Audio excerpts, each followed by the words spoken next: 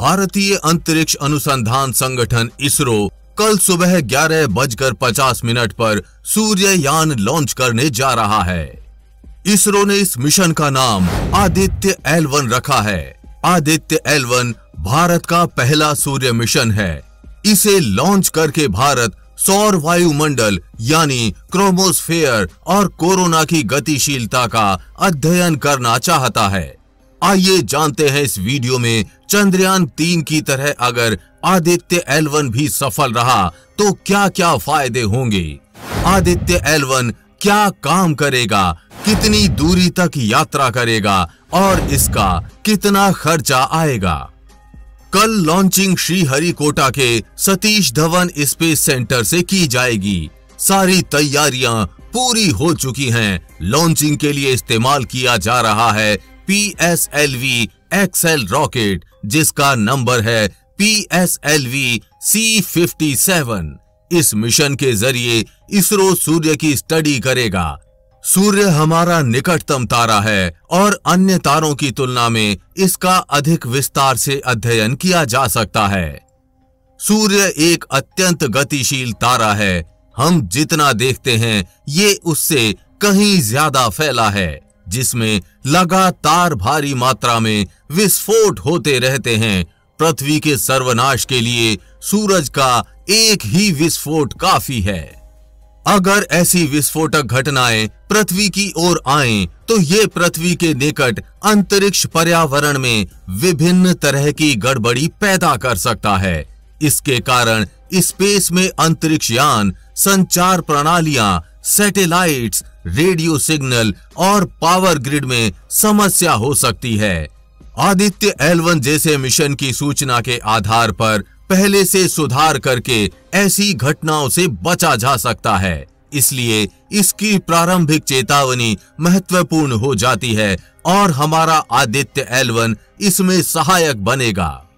इस तरह की घटनाओं को समझने के लिए सूर्य एक अच्छी प्राकृतिक प्रयोगशाला प्रदान करता है, जो एक कृत्रिम लैब में संभव नहीं है। सौर विज्ञानियों का कहना है कि आने वाले दशकों में पृथ्वी पर संभावित जलवायु परिवर्तन को समझने के लिए आदित्य L1 का भेजा गया ये डेटा बहुत महत्वपूर्ण होगा।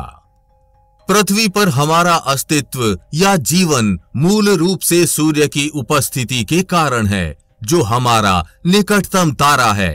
पृथ्वी पर सारी ऊर्जा सूर्य से ही आती है। ऐसे में ये समझना महत्वपूर्ण है कि भविष्य में भी क्या ये वही विकिरण उत्सर्जित करेगा जैसा कि ये अभी करता है, या इसमें बदलाव हो सकता है। अगर भविष्य में सूर्य उतनी मात्रा में ऊर्जा नहीं उत्सर्जित करेगा तो इसका हमारी जलवायु पर बहुत बड़ा प्रभाव पड़ेगा और आदित्य L1 से प्राप्त डेटा से हमें ये समझने में आसानी होगी। आप में से अब भी काफी लोगों को इस बात पर विश्वास नहीं हो रहा होगा कि चांद तो ठीक था, लेकिन कोई सूरज पर कैसे जा सकता है। आपका सोचना भी सही है। सूरज की सतह से थोड़ा ऊपर यानी फोटोस्फेयर का तापमान करीब 5500 डिग्री सेल्सियस रहता है। सूरज के केंद्र का अधिकतम तापमान 1.5 करोड़ डिग्री सेल्सियस रहता है। ऐसे में किसी यान या स्पेसक्राफ्ट का वहां जाना संभव ही नहीं है। धरती पर इंसानों द्वारा बनाई गई कोई ऐसी वस्तु नहीं है जो सूरज की गर्मी बर्दाश्त कर सके। फिर हमारे देश का यान कैसे सूरज पर जिंदा रहेगा। आदित्य L1 सूरज से इतनी दूर तैनात होगा कि उसे गर्मी तो लगे, लेकिन वो मारा ना जाए, खराब ना हो। उसे इसी हिसाब से बनाया गया है। इस यात्रा के दौरान आदित्य L1 15 लाख किलोमीटर की यात्रा करेगा, जबकि सूरज की पृथ्वी से दूरी 15 करोड़ किलोमीटर है। यानी आदित्य L1 सूरज से 14 करोड़ 85 लाख किलोमीटर दूर धरती के करीब रहेगा, जबकि 15 लाख किलोमीटर की दूरी चांद की दूरी से करीब 4 गुना ज्यादा है। यानी जिस जगह पर हमारे भारत का ये यान जाएगा उस जगह का नाम है लैग्रांज बिंदु।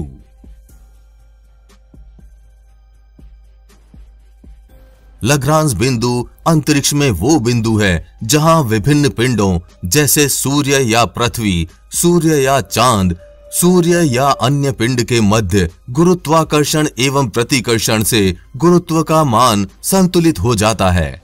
उस जगह को लाग्रांज बिंदु कहते हैं। दरअसल ये वही ऑर्बिटल है जो सूरज और पृथ्वी के बीच का पहला लैग्रांजियन पॉइंट है। लैग्रांजियन पॉइंट अंतरिक्ष में एक ऐसी स्थिति होती है जो पृथ्वी से भेजी गई चीज को वहां रोके रखती है। इस जगह पर गुरुत्वाकर्षण का खिंचाव और कक्षा की गति संतुलित रहती है, यानी आदित्य L1 को सूर्य पर नहीं भेजा जा रहा, बल्कि सूर्य और पृथ्वी के बीच एक ऐसी जगह रखा जाएगा जिसे लैग्रांज बिंदु बोला जा रहा है, जो पृथ्वी से लगभग 1.5 मिलियन किलोमीटर दूर है। L1 बिंदु के चारों ओर प्रभामंडल कक्षा में रखे गए उपग्रह को सूर्य को बिना किसी बाधा के लगातार 24 घंटे देख सकते हैं। पृथ्वी और सूर्य के मध्य 5 लैग्रांज बिंदु हैं, जो कि L1, L2, L3, L4 और L5 हैं, जो कि प्रभामंडल कक्षा में स्थित होते हैं। आदित्य L1 उपग्रह को लैग्रांज बिंदु L1 पर रखा जाएगा। इसी कारण इसका नाम बदलकर आदित्य L1 रखा गया है। सूरज के विस्तृत अध्ययन के लिए आदित्य L1 उपग्रह में इसरो द्वारा विभिन्न प्रकार के उपकरण लगाए गए हैं, जिनसे सूर्य के वातावरण संबंधित विस्तृत डाटा प्राप्त हो सकेगा। आइए अब जान लेते हैं आदित्य L1 में लगे इन उपकरणों के बारे में। सबसे पहले इसमें विजिबल एमिशन लाइन क्रोनोग्राफ यानी VELC लगाया गया है, जो कि सौर कोरोना एवं चुंबकीय क्षेत्र की जानकारी देगा। इसमें सोलर अल्ट्रावायलेट इमेजिंग टेलीस्कोप यानी सूट लगाया गया है, जो कि सूर्य के फोटोस्फीयर एवं क्रोमोस्फीयर के अध्ययन के लिए काम आएगा।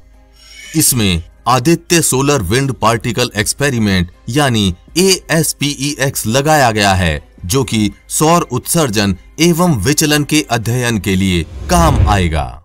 इसमें plasma analyser package for Aditya यानी PAPA लगाया गया है, जो कि सौर तूफानों की प्रकृति एवं विचलन की स्टडी हेतु काम आएगा। इसके अतिरिक्त इस मिशन में solar energy X ray spectrometer, magnetometer तथा हाई एनर्जी एक्सरे स्पेक्ट्रोमीटर भी शामिल किए गए हैं। अब जानते हैं क्या काम करेगा भारत का आदित्य L1।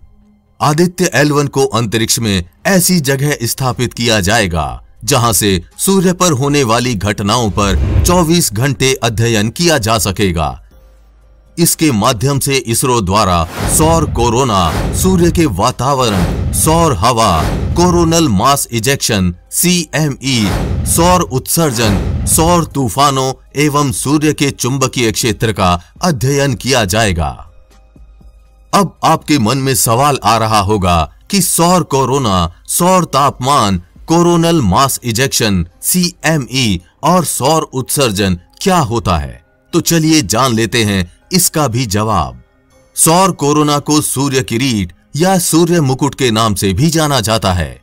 ये सूर्य का बाहरी आवरण होता है, जो कि सूर्य ग्रहण के समय ही दृश्यमान होता है।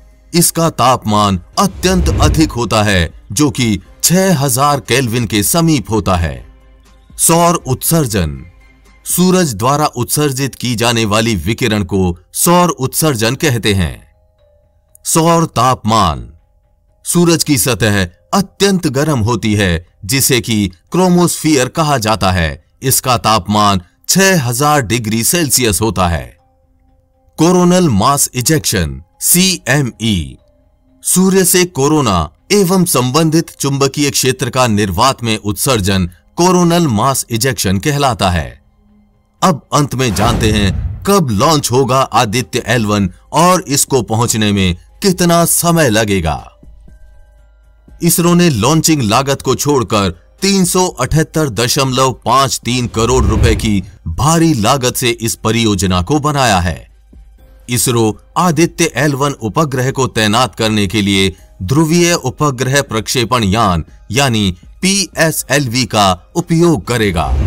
लॉन्च के बाद मिशन को जो पृथ्वी से लगभग 1.5 मिलियन किलोमीटर दूर L1 बिंदु के आसपास हेलो कक्षा तक पहुंचने में लगभग 109 दिन लगने की उम्मीद है।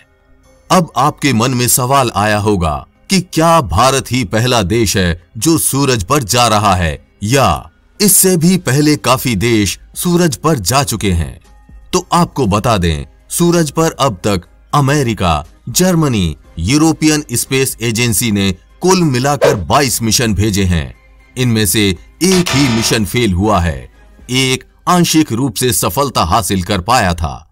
सबसे ज्यादा मिशन अमेरिकी स्पेस एजेंसी नासा ने भेजे हैं। नासा ने पहला सूर्य मिशन पायोनियर 5 साल 1960 में भेजा था। जर्मनी ने अपना पहला सूर्य मिशन 1974 में नासा के साथ मिलकर भेजा था। यूरोपियन स्पेस एजेंसी ने अपना पहला मिशन नासा के साथ मिलकर 1994 में भेजा था। नासा ने अकेले 14 मिशन सूर्य पर भेजे हैं। इनमें से 12 मिशन सूरज के ऑर्बिटर हैं, यानी सूरज के चारों तरफ चक्कर लगाते हैं। फ्लाई बाई है। दूसरा सैंपल रिटर्न था। नासा के पार्कर सोलर प्रोब ने अब तक सूरज के आसपास से 26 बार उड़ान भरी है। हालांकि ये अब भी सूरज के तय ऑर्बिट में पहुंचने में समय लेगा, क्योंकि ये अब भी रास्ते में ही है। नासा के साथ यूरोपियन स्पेस एजेंसी ESA ने 4 मिशन किए हैं। ये थे उलिसस और सोहो। उलिसस के 3 मिशन भेजे गए हैं। यूरोपियन स्पेस एजेंसी ने अकेले सिर्फ 1 मिशन किया है, वो है सोलर ऑर्बिटर। ये 2 साल पहले लॉन्च किया गया था। ये स्पेसक्राफ्ट अब भी रास्ते में है। वहीं जर्मनी ने 2 मिशन किए हैं, दोनों ही नासा के साथ मिलकर। पहला 1974 में और दूसरा 1976 में। दोनों का नाम हेलियोस A और हेलियोस B था। नासा का 1969 में भेजा गया पायोनियर E स्पेसक्राफ्ट एक ऑर्बिटर था जो फेल हो गया था। ये अपनी तय कक्षा में पहुंच ही नहीं पाया। नासा और यूरोपियन स्पेस एजेंसी का उलिसस 3 मिशन जो साल 2008 में भेजा गया था, वो आंशिक रूप से सफल था। उलिसस ने शुरुआत में कुछ डेटा भेजा, बाद में उसकी बैटरी खत्म हो गई, वो ट्रांसमिशन नहीं कर पाया। नासा ने साल 2001 में जेनेसिस मिशन लॉन्च किया था। इसका मकसद था सूरज के चारों तरफ चक्कर लगाते हुए सौर हवाओं का सैंपल लेना। उसने सफलता हासिल की और सौर हवाओं का सैंपल लिया और धरती की तरफ लौटा, लेकिन यहां पर उसकी क्रैश लैंडिंग हुई। हालांकि नासा के वैज्ञानिकों ने अधिकतर सैंपल कलेक्ट कर लिए थे।